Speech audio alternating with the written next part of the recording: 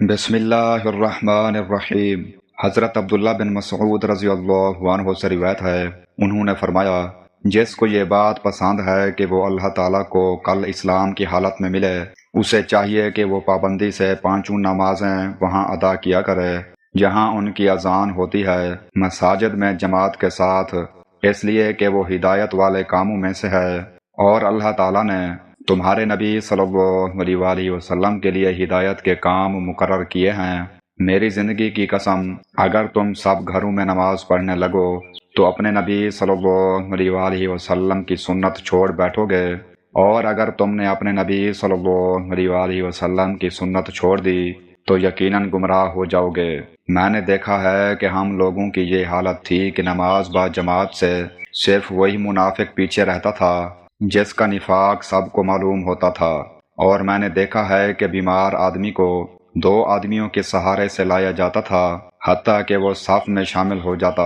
اور جو شخص وضو کرتا ہے اور وضو اچھی طرح بنا سنوار کر کرتا ہے، پھر مسجد کی طرف روانہ ہوتا ہے اور اس میں پہنچ کر نماز پڑھتا ہے، تو وہ جو قدم بھی طے کرتا ہے اس کی وجہ سے اللہ تعالیٰ اس کا ایک درجہ بلند فرماتا ہے اور ایک غلطی معاف فرماتا ہے۔ سنن ابن ماجہ حدیث نمبر 777۔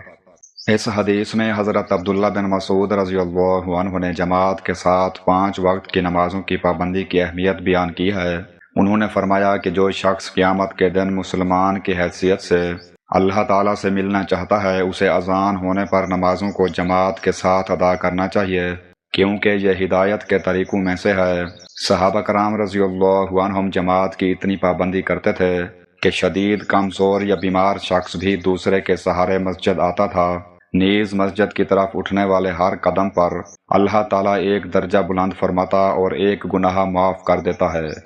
حضرت عبداللہ بن عمر بن عاص رضی اللہ عنہما نبی کریم صلی اللہ علیہ وآلہ وسلم سے روایت کرتے ہیں، آپ صلی اللہ علیہ وآلہ وسلم نے ایک روز نماز کا ذکر کرتے ہوئے فرمایا، جس نے نماز کی حفاظت و پابندی کی تو وہ اس شخص کے لیے روز قیامت نور، دلیل اور نجات ہوگی، اور جس نے اس کی حفاظت و پابندی نہ کی تو روز قیامت اس کے لیے نور، دلیل اور نجات نہیں ہوگی، اور وہ قارون، فرعون، حامان اور ابی بن خلف کے ساتھ ہوگا۔ مشکوٰۃ المصابیح حدیث نمبر 578۔ نماز اسلام کا سب سے اہم عملی رکن ہے۔ جو مسلمان نماز کی پابندی کرتا ہے اسے قیامت کے دن کامیابی اور نجات نصیب ہوگی۔ نماز کو جان بوجھ کر چھوڑنا یا اس میں سستی کرنا بہت بڑا گناہ ہے۔ حدیث میں نماز ترک کرنے والوں کو ان لوگوں کے ساتھ اٹھائے جانے کی وعید سنائی گئی ہے جو تکبر، ظلم، دنیا پرستی اور کفر میں مشہور تھے۔